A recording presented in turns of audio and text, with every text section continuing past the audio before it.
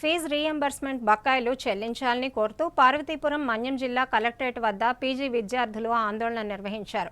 గత విద్యా సంవత్సరానికి సంబంధించి ఫీజు రీయింబర్స్మెంట్ బకాయిలు ప్రభుత్వం తమకు చెల్లించకపోవడంతో తమ చదువులకు ఆటంకం ఏర్పడుతుందని ఆవేదన వ్యక్తం చేస్తూ అధికారులకు వినతిపత్రం అందించారు.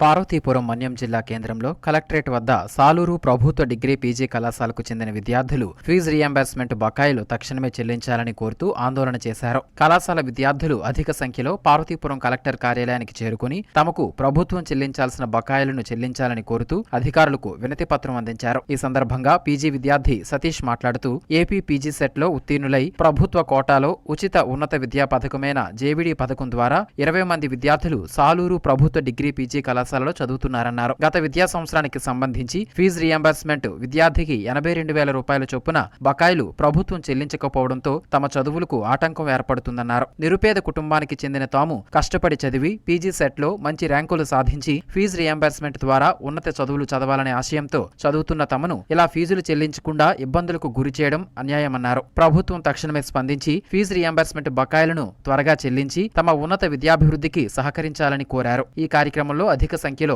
విద్యార్థులు పాల్గొన్నారు. సాలూరు ప్రభుత్వ డిగ్రీ పీజీ కళాశాలలో మా 20 మంది పీజీ మేము చదువుతున్నాం. అయితే 2023-25 విద్యా సంవత్సరానికి సంబంధించి మేము పీజీ సెట్ క్వాలిఫై అయ్యి కష్టపడి చదివి ర్యాంకులు సంపాదించి కౌన్సిలింగ్లో మాకు సాలూరులో సీట్లు వచ్చాయి. అయితే రీయింబర్స్మెంట్కి వచ్చేసరికి పీజీకి సంబంధించి మాకు ఇప్పటికి ఇది ఫైనల్ ఇయర్ అయిపోతుంది. ఇంకా 1 మంత్ మాత్రమే ఉంది. కానీ ఇప్పటి వరకు మాకు రూపాయి రాలేదు. మేము గ్రీవెన్స్లో పెట్టాం. హైయర్ ఎడ్యుకేషన్ నుంచి లెటర్ అయితే వచ్చే తప్ప పక్కన ఉన్న విద్యార్థులు కూడా చాలామంది డిగ్రీకి దానికి సంబంధించి డబ్బులు అయితే కొన్ని విడతలు పడ్డాయి. మాకైతే ఇప్పటికొచ్చి రూపాయి కూడా పడలేదు.